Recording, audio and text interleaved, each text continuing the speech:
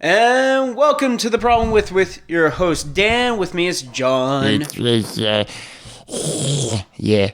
What's up, buddy? Been a night. Yeah. I'm barely awake, but just like best. the good old days. Yeah. Holy fuck, yeah, I am coming out very loud. Okay. Oh, you dipshit. For some reason, every time I like to talk into the mic, I'm like, oh, I'll just be really loud and really excited and stuff, and then Immediately. during sound check, it's like, oh, I just say this one the whole fucking time. No. So, 2 o'clock in the morning is when I finished the set, and then we had to start tearing down. Which, by the way, context, John had a concert last night. Yeah, I still do music sometimes, despite, lack Lack of talent. Yeah, it's pretty hard to find a good guitar player these days. I love you, Alex. I'd kill you in a heartbeat. Nice. Yeah. But, yeah, no, we got done around that time. I had to tear everything down. We didn't get to bring everything home because they're like, okay, it is now 3 o'clock in the morning. You guys have got to get out of the building. And they're like, why? It's like, well, we got to open up again in like 4 hours. And we're like, okay, what seems to be the problem then? But they didn't like that answer. So they just said, you got to go. So you guys don't. So are you guys playing tonight or no? No, they're doing more stuff on the stage tonight, but we're not gonna be doing anything personally. Not us. your stuff is still there and you have to go get it. Yep, sometime before 6 o'clock today, we have to go grab all of our shit. Cool. Yeah, no, I'm really in 4 hours. What the fuck? Then you can. It's gonna take me 30 minutes to get my shit. Well, maybe a little bit more, but Josh's shit's gonna be a little bit much, and so is Alex's, because Alex has a lot. But it wouldn't take you 4 hours. No, shouldn't take us 4 hours. But so just let us fucking take our shit, so Heaven you guys forbid. don't. So I don't have to come back here. Right. Nope, the staff at the Metra, they're a bunch of fucking narcs, so fuck them. Yeah. Yep. So, you have topics? I have two, and both of them are related to social media in one way or another. Yes. First thing I want to talk about is something that happened a few weeks ago now. The Mario movie. I wanted to make a podcast directly after that happened. But shit just... And also, I just got real fucking sick. Yeah, well, you were also busy. You were out of town. So, we decided we're going to wait until the next date, which ended up being today by a complete happenstance. I just happened to be off work today. Yep. Because otherwise your schedules don't line up. So, the Mario trailer. So we were given a brief. I'm sure everybody's seen the fucking trailer. I don't need to explain what happens in it. From what I have heard with my ears on the trailer itself, I'm not too big on the casting. I think the only one that I heard that I was like, oh, this is really good, was Jack Black. Yeah, Jack He was Black. the only one that I was like, hey, that actually does sound like Bowser. Jack Black is good. I like his interpretation. A lot of energy, a lot of bombastic. He also kept that little growl that Bowser always sounds like when he's talking. Yeah, there was one part right before it showed Mario for the first time. That was where like the voice where the growl went away. And it was just Jack Black. Just Jack Black. And I'm like, okay, damn it. This is going to be a little interesting, I think. And then... Can I just say Chris Pratt? It's just Chris Pratt. He lied to us. Yep. This whole, we're going to modernize or we're going to modify Mario's... It's Mario. It's a me, Mario. Yeah. Wow, we're in the Mushroom Kingdom. quite amazing. He's adding a tiny flair to it. But it's so barely small noticeable. that you're just like, it's just Chris Pratt. Yeah, anybody who's heard his voice before is going to be like, oh, that's Chris Pratt. I wish to God they just chose a competent voice actor. Yeah. I'm not even saying... I can think of a competent voice actor. He's also in the movie. Charles Martinet. I don't think... for an entire movie, you wanted to hear woohoo, wee, the whole fucking movie. I'm sure it would be fun. Oh, Jesus Christ. I'm sure it wouldn't be that bad. Maybe it would be that bad. I would have preferred a different voice actor. I would have still kept him in it, just like they have. Maybe give him a bigger role. Yeah, but no, he's just gonna be a bunch of fucking side characters, and I think that's the most embarrassing thing for him. But Chris Pratt, I'm just like, you didn't do shit. Yeah. Although admittedly, very brief snippet of Luigi. I think I really like what I'm hearing. I did hear because he's got that fear. Oh, Charlie Day. Yeah, Charlie Day. Charlie Day is one of my favorite actors. Comedic actors. Yeah. His voice just matches Luigi very well. He's got that high whiny, register. He's got a high register, and I think that's just Luigi. Very timid, whiny voice. I wouldn't even say it was whiny. It was very timid, and that's what you need for Luigi. He's scared. And because I love that. Literally everyone... If you fuck up Mario, everyone's like, okay. If you fuck up Luigi, everyone's going to crucify you. Right, well, because Luigi is everyone's favorite character. Yeah. And they're not going to put Waluigi in there, so I guess the real favorite's out for the time being. But yeah. I'm sure they're going to... I love the fact that they kept Donkey Kong out of the trailer. Probably for the best. Because no Peach in the trailer either. No Peach. We didn't get to see Anya Taylor-Joy do her voice. I'm morbidly curious. I am too. Because I've seen her. Well, she's in the Queen's Gambit. I've heard her voice. Peach is really hard to fuck up. Yeah, she's just a princess. Girl. Yeah, she is just girl. She is generic Goyle. Princess. Yeah. I don't think you can fuck that up. But then again, is Daisy going to be in this? Not as far as we know. Because Daisy's the one that has... funny. She's the one that I think... Daisy's the one with the character, just like Luigi's the one with the character. Yeah, Mario is just... See, if you fuck up Peach or Mario, everyone's going to be like, whatever. Yeah, I should have seen that coming.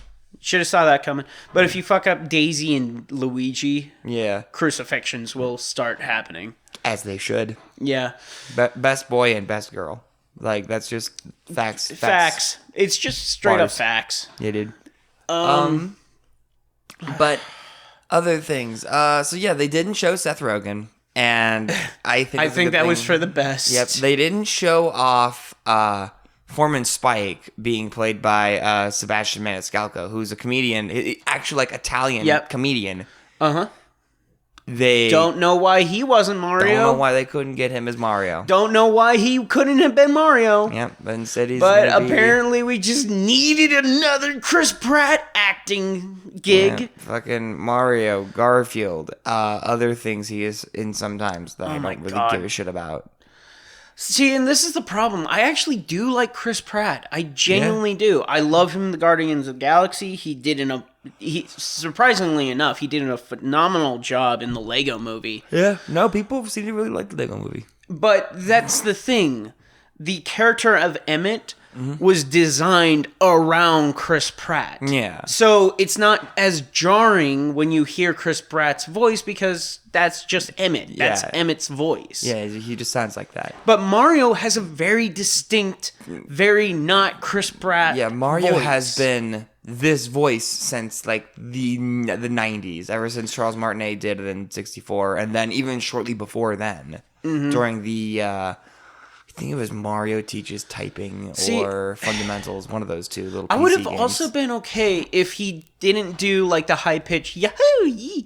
And went back to the more like gritty Boston Mario of like the early. Oh, you mean fucking Louis? I think his name was Louis. Fucking the guy that played him in the guy that played him in the fucking Super Show. Yeah. Yeah. I kind of would have been because that's not Charles Martinet doing that. Yeah, voice. I know. Yeah.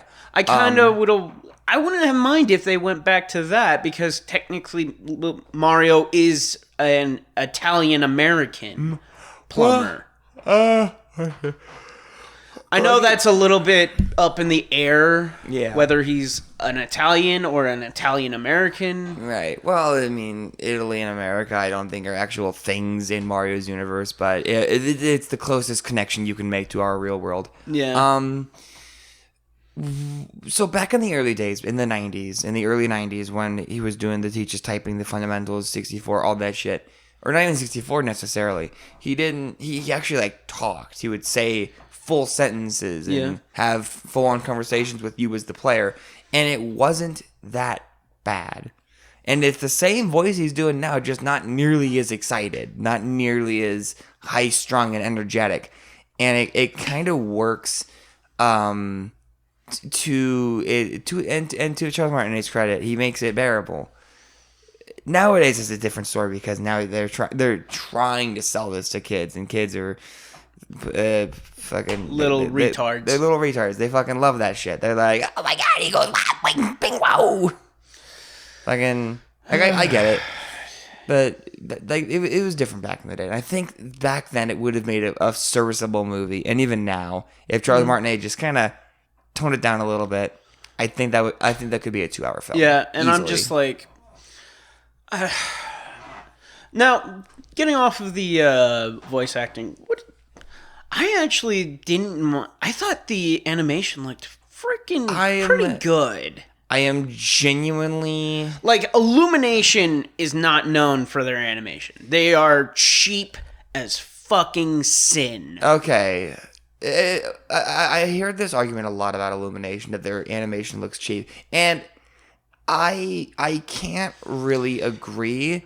It's definitely okay. So maybe it's not cheap, but it's cookie cutter. It's literally that's the word I'm looking for. It's literally just factory line. Yes, it's assembly line bullshit that they can make, but do quickly. I think Nintendo was like, you're not going to do that with Mario. Yeah. You're going to actually put in some fucking effort. Admittedly, though, Nintendo's also really fucking cookie cutter with their goddamn Paper Mario game. Yeah. Fucking literally bunch of red toads. Oh, great. Thanks. Oh, gee, thanks. Thank you. Really thought out of the box with that like, one. Origami King actually surprised me because they brought in the green toad and the purple toad and the yellow toad. It's like, fuck you. You know, we used to have so many cool fucking toads. There were 2. In this whole game, in the last Paper Mario game. Weren't we talking about the movie? I am switching topics now because this honestly pisses me off. I don't know if you've played the N64 and GameCube Paper Mario games. Yeah, I played Thousand Year Door. Okay. You remember all those cool fucking characters. The fucking Bob-omb who was a pirate, and the Koopa who was a nervous, shy twink kind of, and then the Goomba who was a fucking college grad or a college, hot body, whatever. Yeah. I don't know what you fucking call Goombella, but these characters really were interesting. And then Origami King comes out. Your allies are a Bob-omb, just a regular black Bob-omb who has amnesia, and that's it. There was a Toad who was a Toad. I think he might have been like a forensics archaeologist kind of guy. And then that's it. You just got 2. And the game is longer than Thousand Year Door. Isn't that the one with Evil Luigi? No, that was Super Paper Mario. That was the one for the Wii. Oh, that's right. Yeah. Which I have never played, but I've seen plenty of footage of because Shaka Conroy is my dad. A lot of people say that one is the closest to getting as good as the 1,000 originals? Years Ago. It doesn't quite get there, but most people say that you can see hints of greatness. The problem that people had with Super Paper Mario was the combat system, because they just made it jump onto an enemy, do some damage, and still be in the overworld. because you don't go into like actual combat scenarios like the old ones that did. might as well just be a fucking Mario game. And that was the complaint too, because the whole deal with the Paper Mario games is that it's an RPG. Yeah, turn-based RPG. Mm-hmm. And it would be so simple to just keep to that format, but for some fucking reason, they're like, oh, we gotta make this spinning dial combat system. And it's like, fucking, why? Why can't you just keep it simple? It was so simple, and it was so effective. Yeah. Like, I'm watching a Paper Mario Let's Play right now because the guy who's making it is super fucking cool. But he's showing off how there's so much potential with switching up your loadout, your badges, your fucking item kits, all that shit, and how every playthrough could be different just depending on how you do that shit. So much replayability. And it's just like, the new games don't do this shit. They haven't done this shit since the Wii. It's embarrassing. But and who developed Thousand Year Door? Intelligent Systems. The same guys that did Fire Emblem, I think. Okay. Are they still doing Paper Mario? I'll have to get back to you on that. Okay. I literally own a physical copy of this game. I could just pull it out and tell you. There it is. Alright, we're back. Okay. Paper Mario: The Origami King was developed by... Oh, yep, it's Intelligent Systems. Okay. So what the fuck happened? Nintendo happened. Nintendo corporates happened, and they're like, you need to make the game simpler and more approachable for young babies. And it's like, it was approachable for young babies back in the 90s, and then you fucked it up. Like, it worked. I don't get this corporate idea that... What happened between the 90s and early 2000s where video games were allowed to be not necessarily difficult, but complex? Yeah. Like, video games have gone through this weird evolution. Mm-hmm. Like, back in the old days, every video game was hard as shit because it was based on the arcade model. They just... had to get money out of you somehow, and if you beat the video game, then they can't get any more money out of you, so they made them hard. And then the 90s happened, and then people realized, okay, arcades aren't as profitable as just selling a video game console in your home. Or they realized that, oh wait, this is a video game console. We don't have to fleece quarters out of you because you already bought the fucking game. Right. I think we just have to make games. In the NES games, like the NES titles are always brought up as like the hardest console games ever. Because when you think of hard video games, you think NES hard. Yeah, like it's classic. Most people, and I agree, say that it's because you need to extend the time, the play time as much as you could. Well, because the problem with back then was that games were just weren't as replayable. And they were super short. If you actually looked at the full game, you're just like, you could beat this in... Like, the original Legend of Zelda, I think the fastest time is like, what? I think it's barely under an hour now. Yeah. And the original Mario Brothers, you can now beat in less than 5 minutes. If you're really know what you're doing. But even then, by default, the game wasn't really that hard, but I think that was kind of the point. Because they wanted to make the game super marketable. Because right after the video game crashed in the West, they really need to sell that. Mm-hmm. Hey guys, trust me, we put in effort. Buy this thing; it's really cool. We have a gun. Yeah, American audience and a robot. The American audience will love it. We have a gun, and we did. We fucking loved it. It restarted our love for video games. Right, and I think we can thank. I give Nintendo a lot of shit, but we have them to thank for it. Actually, SNES, a lot of the SNES lineup is difficult, but you can see that they're going, oh wait, we don't need. They were kind of going in a new direction during the 16-bit era because games could like have stories, and you could tell these narratives. That's why RPGs were so fucking big on the SNES. Which is when people think RPGs, they think, oh, Chrono Trigger, Final Fantasy, fucking Secret of Mana, all that shit. They think Square Enix and Nintendo RPGs that were just really kick-ass. Fucking Super Mario RPG. Like, all the big fucking games on the SNES were just RPGs, or by happenstance, there were also other Mario games, because Mario kicked fucking so much ass. The one that I like, 90s. the comparison I like is the comparison between original Castlevania to Super Castlevania.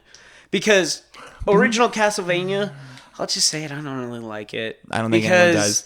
Huh? I don't think anyone does. No, there are some fans, but they're wrong.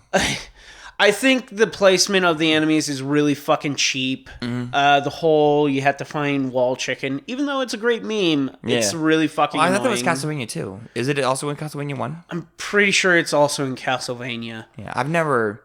Castlevania 2 is a hot fucking mess. Yeah. Simon's Curse. But Super Castlevania is hard, but it's fair. Yeah. The enemy placements are a little cheap, but they give you just enough notice to be like, oh, I got hit by it. Next time I come here, I'll remember it. Yeah. That's why Super Castlevania is my favorite Castlevania game. And as we start evolving into the 3D era, the early N64, PlayStation titles, Dreamcast, all that shit. A lot of those games are... we start seeing the stories evolve more, and then there's more focus put on the fact that this game can be art, and then they just fucking full send. And then the PS2 era is honestly the golden age of gaming, in my opinion. Just, oh, you fucking prick. Yeah, no, I hate him too. What's up? Oh, my headphones. 1 sec.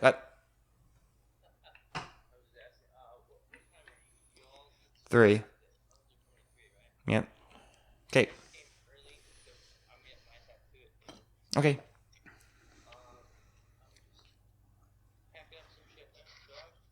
Okay, sounds good. Yeah. I'm doing the podcast too at the moment, so. Fuck you, Alex. That's alright. Yeah, we'll see you later. Bye. Okay. Alright. But we see this evolution from early 3D to modern 3D, and that's kind of when games went from mildly story-based, kind of artsy, to almost film level. Like, Shadow of the Colossus. Yeah. Now we're making real stories that aren't just being bad onto you. Yeah. Like, you're experiencing the story in real time and doing all this cool shit. And every game did it kind of differently. Like, Shadow of the Colossus is a great one. Noragami? Or... No. Okami. No. Okami was... Well, it was in the same era, PS2 and the Wii. Well, not because PS3 and the Wii was kind of the thing. And then whoever owned the 360. Me. No, fucking... I don't know. It's hard because I didn't really get to have a PS2 growing up. I was just the GameCube kid. I was the only GameCube kid. The GameCube? Does anyone have a GameCube? I only met one person who had a GameCube, and I can't stop thinking about that person. They are chronically stuck in my fucking head. Halo 2. Yeah, we get into the early Xbox, the Halo games, Grand Theft Auto, fucking, I mean... Some of the, like... Final Fantasy 7. Jack 1, 2, and 3. Oh, Jack 1, 2, and 3. Right. Wait a minute. PS2. What? No, then okay, you that have was Xbox. Crash. Oh, yeah. No, Crash is was PS1. Yeah, because you wanted to skip no. PS1 so bad. Huh? You wanted to skip the PS1 so bad because you want to get to the PS2. Fuck yeah, because the problem with the PS1 is that a lot of their games are just... Besides Crash, Crash and Spyro, it's just kind of wallpaper. I have to completely disagree. I don't know. I just don't... Crash Bandicoot, Spyro the Dragon, Metal Gear Solid, Chrono Cross, fucking the Jet Moto games, Final Fantasy 7. I mean, the fucking...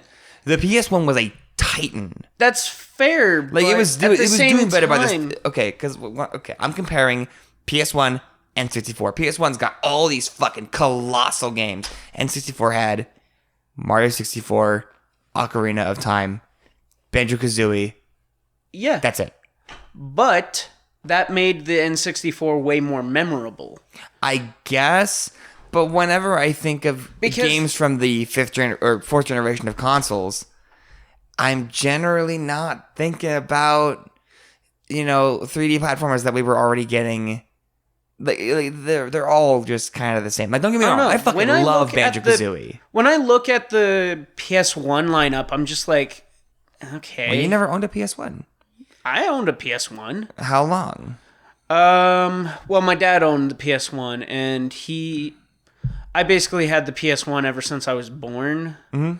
And I just was like, okay. Yeah, because the PS1 was my first console, and we couldn't really afford anything else. The PS1 was just kind of affordable for that reason. The N64 was so goddamn pricey, and it was mostly because they're cartridge-based bullshit, because they're like, yeah, we can't have them pirating our video games. Fuck you, Nintendo. Early Nintendo could suck my ass. But you get the PS1, and all these fucking great games, they're all super affordable, super long, they'll last you fucking forever, and the PS1 was my only console up until I got a GameCube in 2006. So for 7 years, all I owned was a PS1. I think that might be coloring your judgment on this whole thing. No, because I also had a SNES, briefly in that time period, and that was when Super Mario World came into my life, and holy jumping fucking shitballs, this goddamn video game has dominated my life ever since. I don't know. I just am not a fan of the PS1 lineup. Well, then you better start playing some PS1, homeboy. I'd rather not, because it's boring as fuck. Man, you suck. Anyway, Ridge Racer. and also any PS1 game that is worth playing anymore is on better consoles now. I wish. Because they won't re-release some of the fucking classics. Where's my goddamn Jet Moto 4? No one cares. Fuck you. Why we're never getting Jack and Daxter again. Which is fine. They'll fuck it up if they do it again. They honestly will fuck it up. I have no respect or trust in Naughty Dog anymore. After The Last of Us 2, just fucking ruined their... It ruined their reputation in my eye. Yeah, you got it. Fucking fair enough, I guess. Yeah, no. I'm okay with the idea. When I was younger, I was totally like, where's Jack 4? But now I'm just You were like that up until a year ago. Yeah. But now I've come to realize, let's leave it be at 3 amazing games. You don't want to play Jack X? Amazing fucking kart racer. Eat my fucking ass. Mm-mm. Fair enough. Okay. Well, I don't know. Are you ready for the fun topic? Oh, the big one.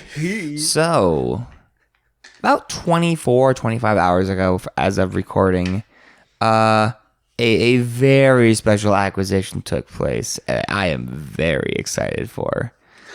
Elon Musk is now the official owner of Twitter headquarters. The fucking mad lad did it.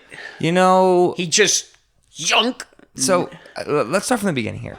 When he first pitched the idea, I thought, oh, this is just Elon Musk being a flex as usual. Because Elon nothing Musk, to take from this. Elon Musk, I'm not a huge Elon Musk fan. I think he's kind of a jackass most of the time. Admittedly, I'll kind of agree. Elon Musk has... Although I kind of do like his sincerity, because Elon Musk, you can say a lot of things about him. Mm-hmm. Insincere is not one of them. Yeah. He is extremely sincere, sometimes to his detriment. The one that comes to my mind is, remember when those kids were stuck in the cave and he came up with the idea of the tiny submarine? I think so. I think I must have missed this. People started like shit talking him because you're not actually helping, and it's like, fuck you. He's at least trying. Yeah, and not to mention, is that really his job? Like, those kids got stuck in a cave on their own, on their own accord. First of all, that's their problem. Literally, he was trying more than most people criticizing him. He also gets the standard fucking bullshit. Ew. He's a billionaire. Why is he a billionaire? Right. It's like, first of all, because he fucking worked hard. Yeah. I'll just say it. Because he worked hard. Yeah. He worked harder than you. No, it's these fucking commies who are just like, God damn it. Someone has money. Yeah, it's like, fuck you. He made PayPal, fucking did SpaceX, did Tesla. Now he's got Twitter. Fucking, you know what? Like, cry more. You know what? I'm 100% sure that anyone who's like criticizing him, going, "Ew, why isn't he paying more taxes?" I 100% think that if they had Elon Musk money, they wouldn't say shit. They would immediately go to that, the money grabbing. I'm not gonna say. But we'll get to that. We'll talk about that. We'll talk about that. I actually hadn't planned on talking about that, but we'll talk about it. So actually that is my topic. Okay. But anyway, Elon Musk buying Twitter. So I'll admit, I thought it was a bluff the second time that it got brought up. I'm like, okay, well now he's just threatening them with this acquisition, and then they're like, oh no, now you have to buy it, and he's like, okay. Cool.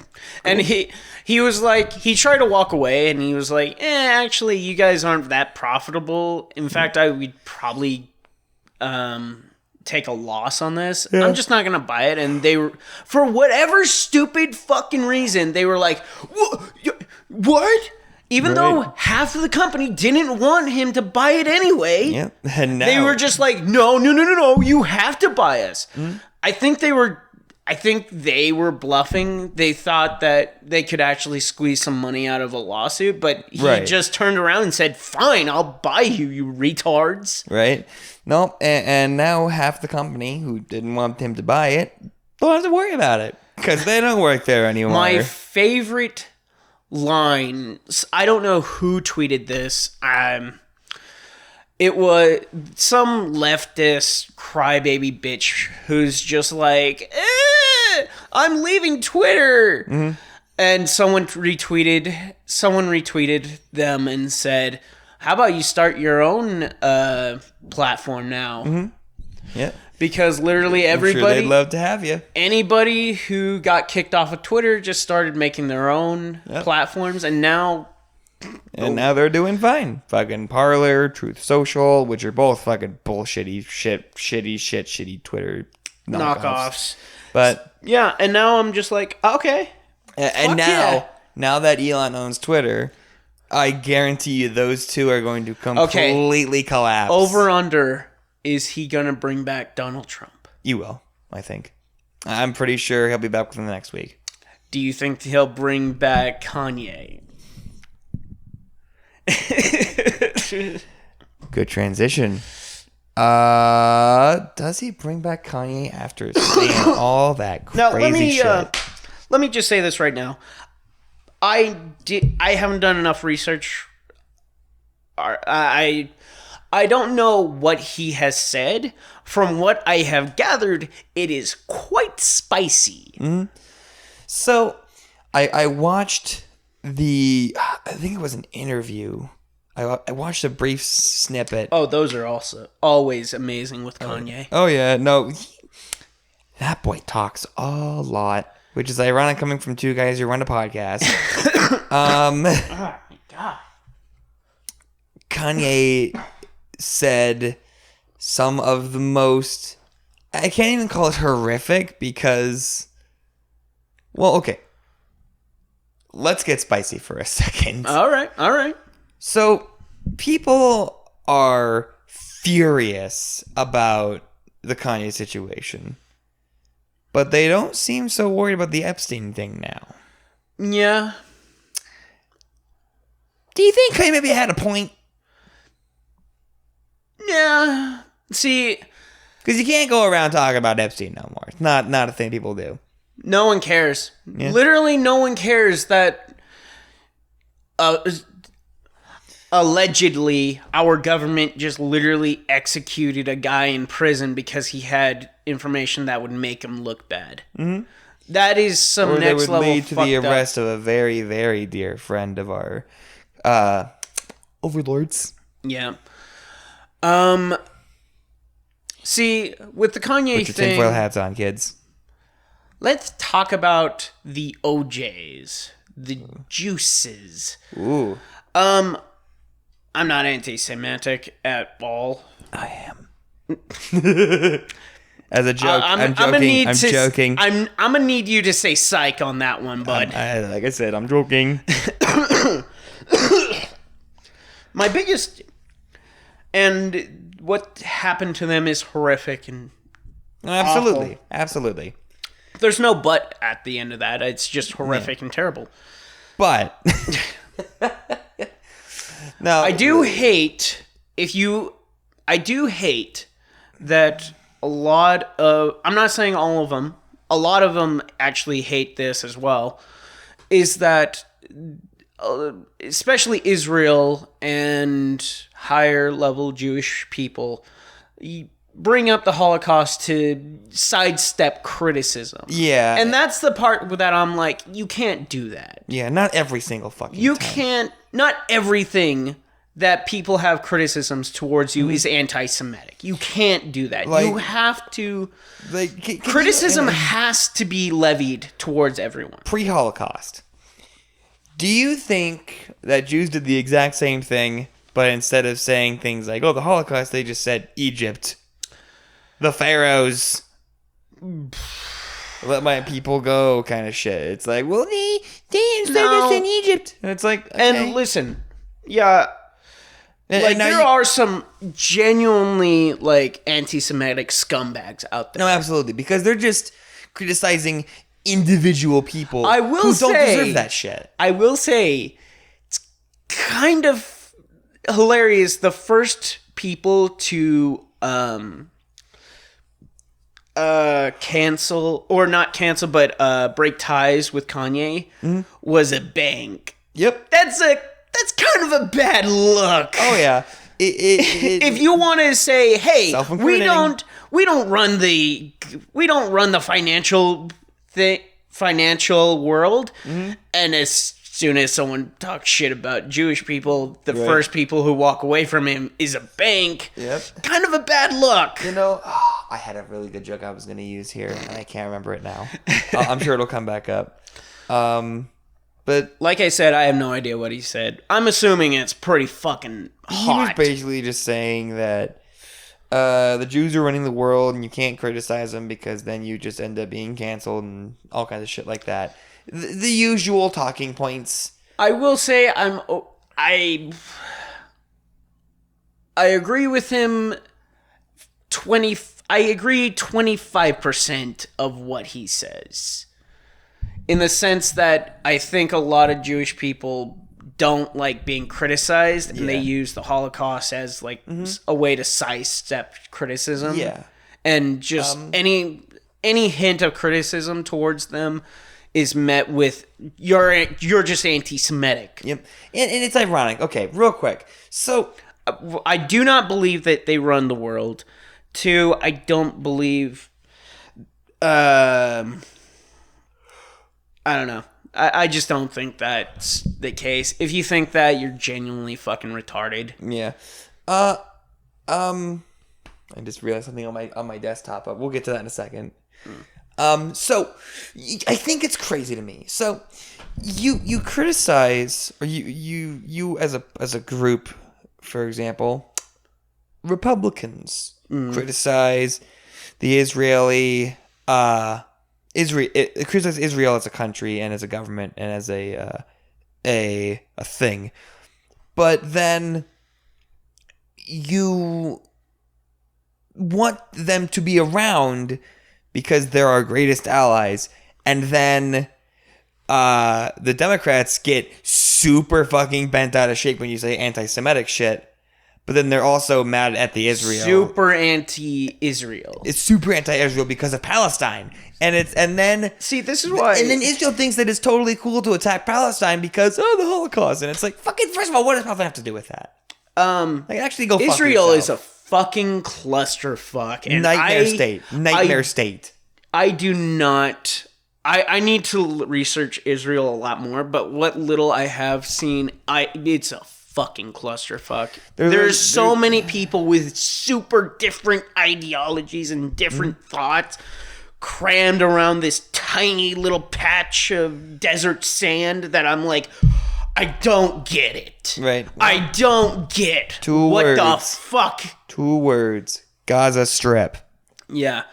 I'm just like, I don't get why we're all getting bent out of shape about this tiny little strip of desert land. Holy land. And I'm like... It's all religious nonsense. I'm just like, fuck me. What the hell is going on? When did we all become retarded? Right. Well, as soon as you started adopting religion. Based? Cringe? Based. Like, think about it. The only reason that they're attacking... My phone's here. Oh, good. I'll be right back. Pause. Pausing.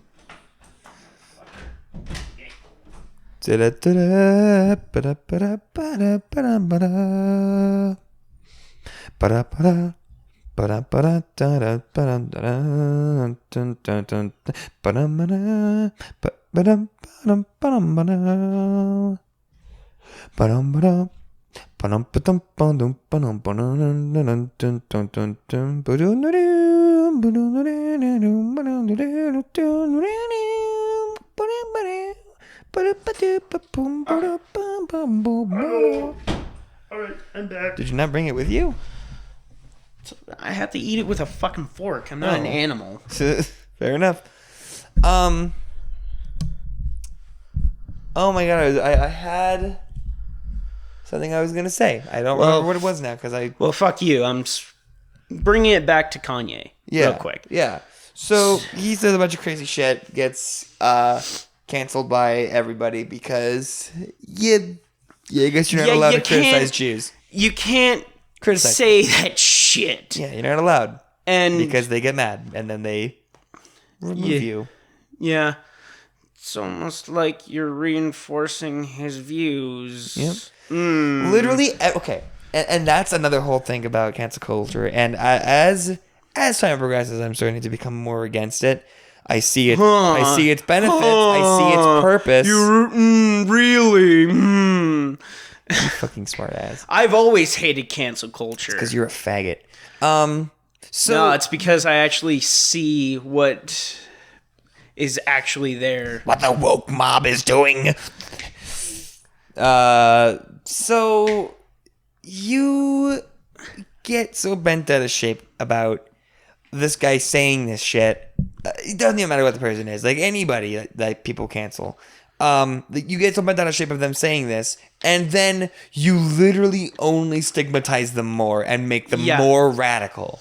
Like, fucking, who would have guessed that this person would become an even bigger racist because we tormented and harassed and belittled them for their opinions instead of just addressing their points and thinking, hey, maybe there's a reason he's saying all this shit. Like, have an actual argument with these people. Like, actually engage instead of just being like, you're wrong. Genuinely, I think...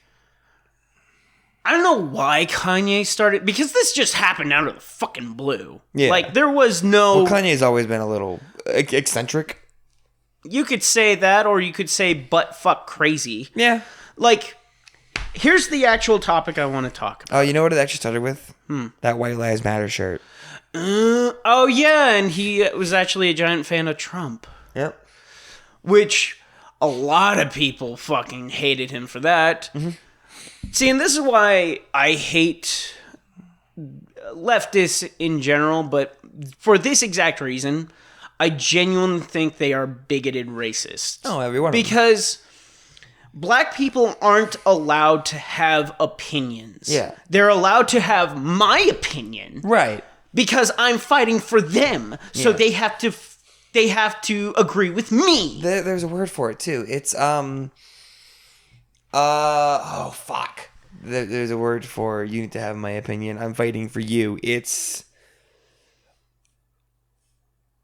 Small brain. God damn it. My monkey brain isn't working. I'm going to call it progressivism because all progressives are like this. And I'm not saying progressivism is necessarily a bad thing because we had a discussion about this last podcast. Progressivism and liberalism are not the same thing. Yeah. They're just not. But that's kind of why it fucking irritates the shit out of me when... Especially, like, I listened to a podcast called The Biggest Problem in the Universe. Okay. One of the hosts... We definitely are ripping that one off. It's a reboot. Gotcha. Dick Masterson's on it, but he brought on a new host called, Vito. Yeah. And he's kind of famous. He's the guy who vaped, Belle Delphine's bathwater. What the fuck? That's kind of based. He is super funny, and I actually like Vito. He's super cool, but he is leftist as fuck. Yeah. And that's kind of the whole reason he's on the show is because Dick is a based libertarian, and Vito's a cringe liberal. So... Fuck. Shit. Another online creator called Ripper. Yeah. He's a black libertarian. And they do exist. Black Christian libertarian. Libertarians are usually Christian or like the cringe one. The cringe ones. The cringe ones are Christian. But Christian. Like I don't agree with everything Ripper says. I think he's a little too reactionary for my taste. Yeah, we get a lot of those. But all in all, I think he's a good guy who has some good ideas. Right. Fucking Vito hates this guy. Of course. And I think it's because he is black and he is more conservative. Mm-hmm. Because heaven forbid a black person has their own opinion. Right. Anybody who is black and right of center in any fucking way is immediately like a traitor to the entire You're a race traitor. According to another group of fucking people, the white libs. Yeah. Anyway, but that's not actually what I wanted to talk about. That was just a tangent. It's a good tangent, but not what I want to talk about disowning artists that you like. Mm-hmm. And where's that line? Because I'll say this, I disagree with a lot of what Kanye says. I'm still a fan of his music. Right. I'm a huge fan of Kanye's music. Literally, okay. And it's just interesting. Maybe this is extreme, but hear me out. If every single person in Fleetwood Mac were to go out and kill a baby, I would still listen to their music despite that, because I am capable as a human being I'm capable of separating the art from the artist. And that's really all there fucking is to this debate. But for some fucking reason, there's a certain subsect of retards who are like, bad person, bad art. And it's like, hold on, what the fuck? What if, like, I'm also a huge fan of H.P. Lovecraft, right? Who is by far one of the biggest racists you'll ever come across, but his books are genuinely amazing, even though some of them even have subtexts of racism. Right. And that's just part of the era, I guess. But even then, it's like, it's weird that people attach themselves to Cthulhu as H.P. Lovecraft's kind of magnum opus type monster. But the people who talk about it the most, ironically enough, are some of the most left-leaning people I've ever met in my entire life. Yeah. They seem to really like this little squid monster with the cute eyes and whatever. Fucking, that seems to be how everyone interprets them. Have you not? You need to try it. It's honestly amazing. Yeah. It's, Call of Cthulhu is probably one of my favorite books of all time. Yeah. There are a couple of spicy moments. Of course. But when people interpret Cthulhu. He's just the squid. Yeah, and it's Davy Jones looking ass motherfucker.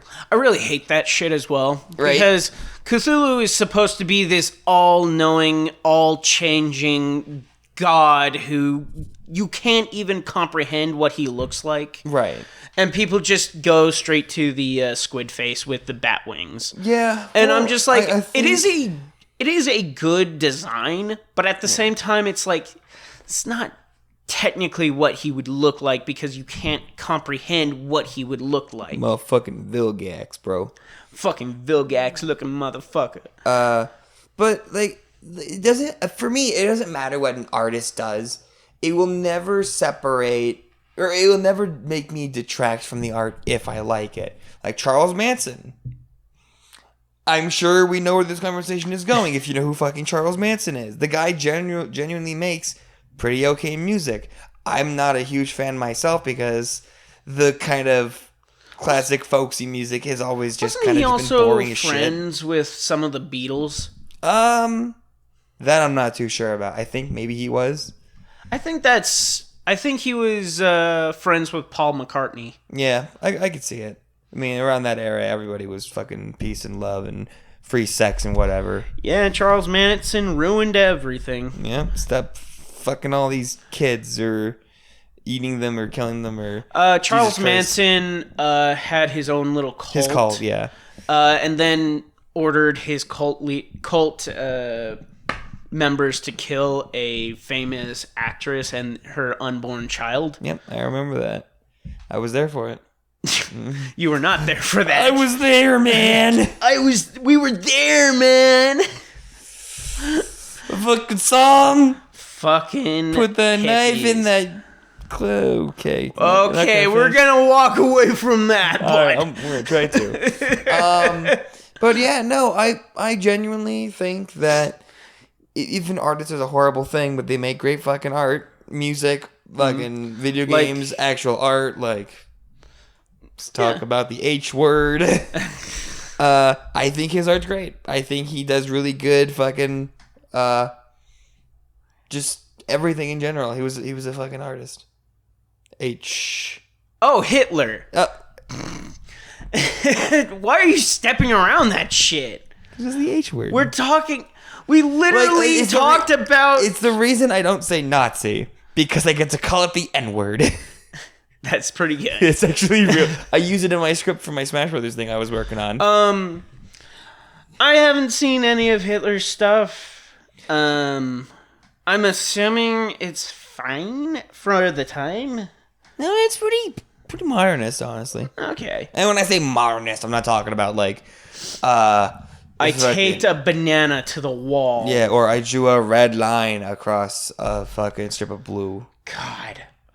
When did art die? Let's talk about modern art. Like, when did art... Like, I'm actually a fan of art. I know, like a fucking faggot. Yeah. I go to museums. I do. I love going to the... I actually go to the art museum in Billings. It's a really good place. I have only been there once in my entire life, and that was when I was in middle school. Yeah. But, they have some really cool,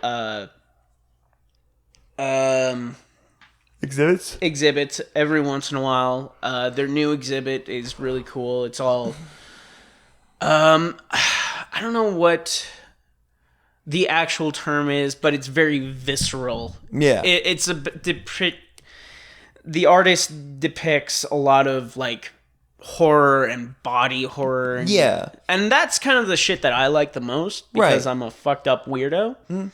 Well... There is a lot of great places here in town where you can see, pretty good fucking art. Great art. Yellowstone Art Museum, fucking Kirk's Grocery. I go there all the fucking time to just witness true indie art. Yeah. But let's talk about modern art and how fucking garbage it is.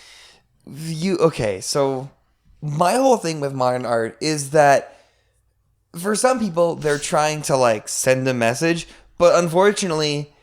it isn't as one-to-one as it used to be. Like, if a guy back in, like, the 40s and 50s drew or painted a depiction of a guy standing at a bridge with, like, a rope in his hand or whatever, it's like, oh, the implication is very clear. Mm-hmm. And nowadays, you can draw a fucking can of beans on the table by itself. It's a breakdown of modern culture. Yeah, it's like our corporatized blah, blah, blah, blah, blah, blah, blah. Unfortunately, art nowadays is either too open-ended or too fucking much like other art. It's like, oh, it's a criticism of capitalism. And it's like, yeah, so is the piece next to it. And so is the piece next to it. And the piece next to it. I think artists... everyone's doing that shit. I think the problem is, and this is going to sound elitist as fuck, but art has become too... what's the word? Accessible to people. Like, it's genuinely... A lot of the modern artists have nothing interesting to say. Right. Well, they are just shitting out garbage at a machine gun pace and saying nothing. Right. When older art, you actually had to have some level of, talent. Right. You couldn't just paint a single line on a canvas and call it art. You actually had to go, train. Crazy concept. You actually had to be good at painting. Holy shit. And that led to people actually getting some level of view on life. Like, you had to travel around to get your expertise. Like, a lot of people, one of my favorite artists of all time is Dr. Seuss. Yeah. He's one of the greatest surrealists ever, and it's because he traveled to Paris around the time where surrealist art started popping off. Yeah. And a lot of people think of him only as the child book guy. Well, didn't he also do propaganda for the United States military at one point? Yes, he did. I remember seeing art of that and thinking to myself, this doesn't really feel like his depth. But here he's doing it anyway, because I'm sure the government paid pretty good fucking money. Yeah, or at least gave him rations because the economy at the time was pretty fucked. Yeah. But he actually had things to say. When most modern artists just have the same thing to say as the next person because they go to the exact same art school and learn the exact same bullshit. Yep. Well, do you think that there's a possibility that art is just paintings are just running out of things to say? I don't think so, because a good artist takes what's going on in the world and says something meaningful about it. And there is a lot of shit going on in our world now. And a good artist could fucking paint some amazing works with it. Right. It's just that the good artists are being held down by the pile of crap artists. Yeah. Who don't actually see the world. They don't think about the world. They see it and they paint it. They don't think about it. Yeah. And can I just say, as a person who consumes a lot of art and as a person who creates art in a non-traditional sense, music, I guess, can I just say I'm tired of fucking landscape drawings? Yeah. I'm really fucking tired of landscapes.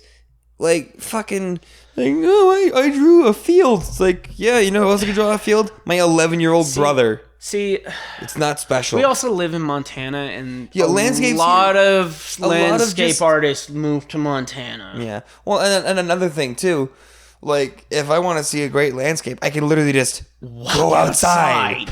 Everything in Montana is fucking beautiful. Yeah. Why would I go to a fucking black and white fucking building and look at art that depicts what I could just go outside and look at? This is kind of why I walked away from photography, because for the longest time I wanted to be a photographer, and every photography teacher I talked to always pushed me into landscaping, and I'm like, what's the point in that when everyone who will buy my art literally can walk outside and see that? Yeah. I can take a 20-minute drive into Laurel. There's a little park out there, big as shit. It shows everything. I'm sure, like, there was a trip that I took, a 3-day hiking trip through the mountains, and I'm sure that if I had my camera, and if... I'm sure I could have taken some breathtaking photos of what I saw there. Right. But it means more the fact that I didn't take it. Yeah, you got to experience that without... If anyone wanted to... experience that, I would just tell him, go do it. Go take a 3-day hiking trip through the mountains. Right. Because you can get close, but you can't fully grasp the emotions of a place and time. Like, it's quite difficult. There's only a handful of photographers that I think genuinely get it right. Right. And I was not skilled enough to get it right. Yeah. Well, that's why I think that if people are going to get into photography, they need to put a spin on that shit. Like, oh, I'm going to go take a picture of a mountain. It's like, no, go take a picture of, like, a brick and mortar fucking building with, like, fucking smoke billowing out of a chimney somewhere. Like, some industrial shit. That's the kind of shit I like. I do like downtown. My favorite place to take pictures when I did photography, I might pick up photography. Now that I'm talking to you, I kind of get that... urge again? I kind of have that urge again. I still have my camera downstairs. Yeah, dude. I mean, fucking, I have my camcorder. I occasionally get into dabbling with making short films. Like, I want to make a documentary about the smash scene here. My favorite place to take pictures is downtown and junkyards. Oh, man. I took this amazing picture, and I actually used some computer wizardry. Yeah. So what I did was I took a picture overexposed, underexposed, just right, and I threw it into the computer, and it crams it all together, and it makes it look like a painting. Right. I've seen a lot of... And that's probably my favorite thing ever. My dad, I printed it out, like, big scale, and my dad has it. I kind of hope that if I asked him, he'll send me, like, a picture so I can show you. Yeah. But it's honestly one of my favorite pieces that I got made. Dude. And that shit right there, that's art. That's art. You made art. And I'm not saying that, and I'm just talking about painting and photography, but there's also the sculpture scene is complete fucked. Yeah. Well, I don't think people do sculpting the way that we used to. Like, back in the fucking 15, 16, 1700s, like, sculpting. Oh my god. Was something totally different. To be a sculptor back then, you trained your entire life. That is what you did. And you made one, maybe two good pieces, unless you were Michelangelo, and then you made like 30, and they were all fantastic. They were all beautiful. You can't... With our society now, you can't get sculptors like that anymore. Well, that's because I think it mostly boils down to like the way sculpting was done back in the 1500s, when Michelangelo was like the guy to do that shit. Yeah. Or whenever he was doing it. I don't even know if it was the 1500s. I mean, it could have been like the 500s for all I fucking know. Oh my god. You would get a giant fucking piece of marble and just chip away. But marble is so fucking expensive now. Yeah. And also, like, no art student's gonna be able to afford that. They can barely afford rent. Like, could you... Like, I actually looked... Like, you look deeper into the sculptures at the time, and, like, you see hands grabbing thighs, and you see an actual indent into the skin. Yeah, it's crazy. You see, like, veins in people's arms. It's insane. It's an immaculate level of detail. And if you fuck it up... Start all over, buddy. Yep, or just work around it. Yep, make them smaller somehow. Make their fingers not match. Oh. But yeah, some of these sculptures, like the hands in art is always like really fucking hard because hands are deceptively complex. Like sculptures back then, you see the veins and you see the tendons, You see the skin tightening around the knuckles.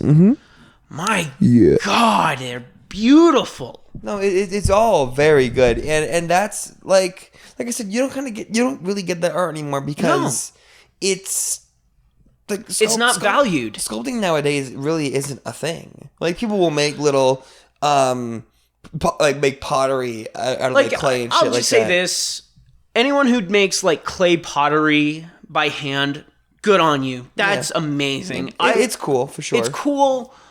Unfortunately, let's be honest. It's not the same, and that's fair. Like pottery is not the same as sculpting. Yeah.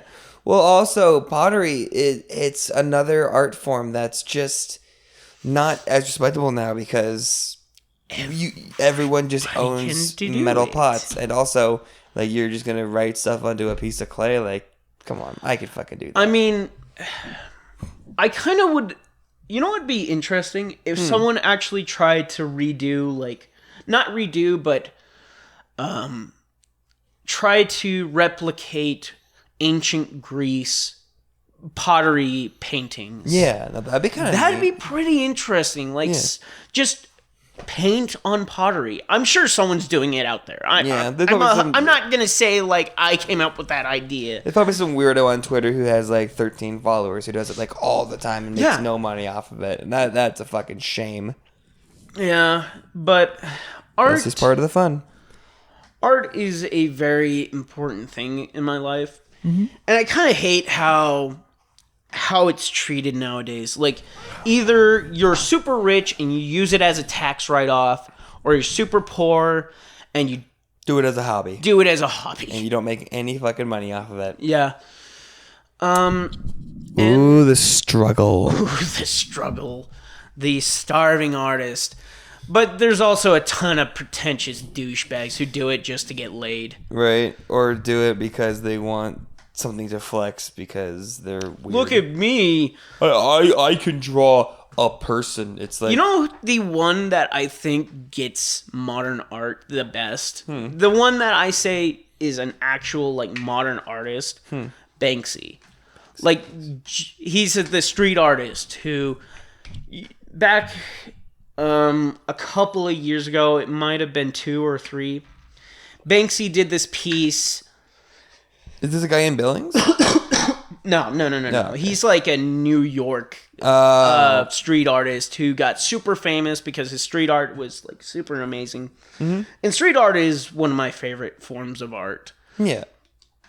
If you're just tagging shit, you're a piece of shit. If you're actually creating art, I would keep it up. Right. Well, I think this actually brings up a really good fucking conversation. I personally see graffiti as another art form. Yeah, I do too. It's like tagging people's like buildings and shit, like the fronts of their buildings. That's kind of fucked up. But like in an alleyway, somewhere where no one's gonna be there, like tag the side of a building. Fuck yeah, that's cool as shit. Literally yesterday, the city of Billings told my boss that you have to clean up the graffiti in the alleyway. So we had to spend an hour painting over it. Like, let me be clear. I don't think all street art is good because tags, though there is some artistry in it, at the end of the day, it's literally just writing your name on a wall. Yeah. But think about it this way.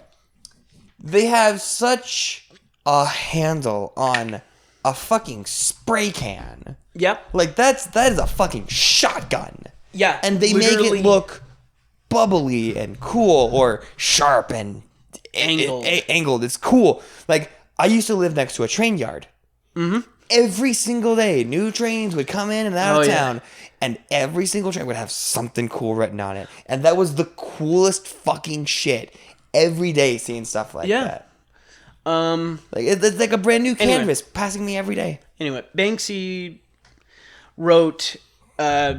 actually painted a painting on like canvas and put it into a specialized frame, and he sold it in auction to some super rich douchebag who wanted to use it as a tax write-off. Right. But as soon as the seller or the what's the guy's name who sells off?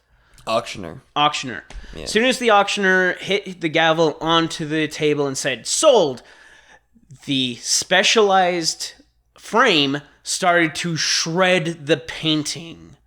Like, full-on paper shredder. Holy shit. Just destroyed the painting. That's incredible. That painting is now worth more than $10 million. Yeah.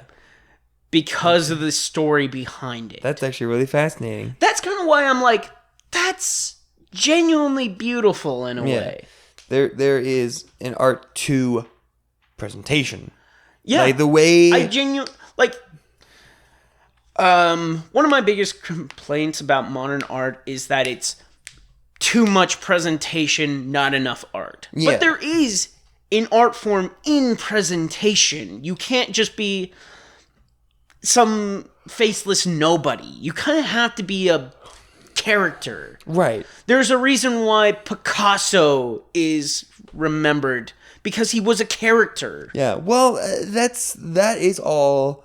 I can't really call it an alias, but an alias is another form of presentation. Yep. It's how you present the self. You create a pseudonym. You create this... Dr. Seuss. Alter ego. It's an alter ego. And it becomes its own individual person. Like fucking Dr. Seuss is a great one. A lot of musicians, like stage names and shit like that. I mean, Freddie Mercury. Freddie Mercury's the best fucking example. David Bowie. Ziggy Stardust. Fucking Ziggy Stardust. Yeah, dude. Or all of his fucking alter ego, like Ziggy Stardust. Yeah. I'm not a big fan of Ziggy Stardust. His music's okay, but I think it was a little too much presentation. I think that was kind of his whole thing, though, because he was creating a new form of music at the time. Like, he was new glam rock before glam rock was even a thing. David Bowie inspired Freddie Mercury. Yes. And that's quite amazing. Right.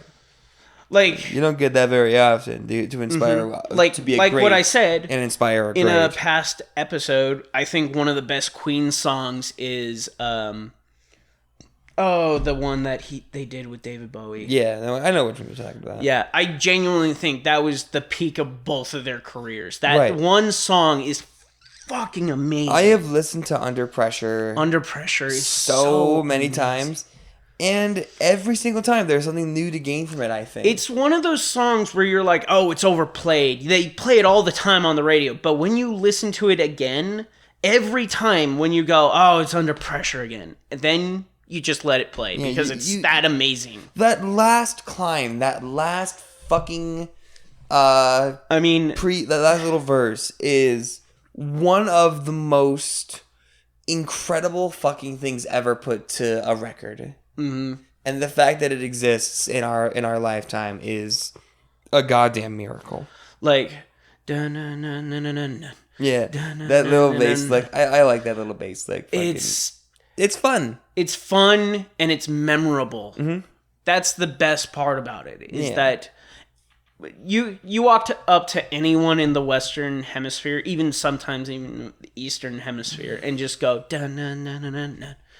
Everybody will be like, yeah, I know what you're talking about. Yeah, dude. Like, can you imagine just walking up to a dude humming a bass line being like, yeah, man. Yeah, like, man. That's I didn't even say words. You just understood. It's an emotional feeling. You're like, oh, man, I get that feeling. Yeah, dude. And that's what great art can do. Absolutely. You don't even need words, and most people will just go, yeah, I get that. Yeah, man. I vibe with that shit. Fuck. All right. I think that's really all I have for today. Yeah, that's it from me. Alrighty. Well, thank you. Like, subscribe, share with friends. Even though I don't even think that fucking matters anymore because YouTube's a fucking hellscape. Yeah, and I'm sure that when I start putting all these words into the algorithm, fucking... crashes into the ground. Oh yeah, well, when I see Elon Musk and Kanye West and Adolf Hitler... They're just like, that's controversial. Yeah, your video's now shadow banned and so is the rest of your account. Fuck you. Anyway, have a great day, everyone. Wow.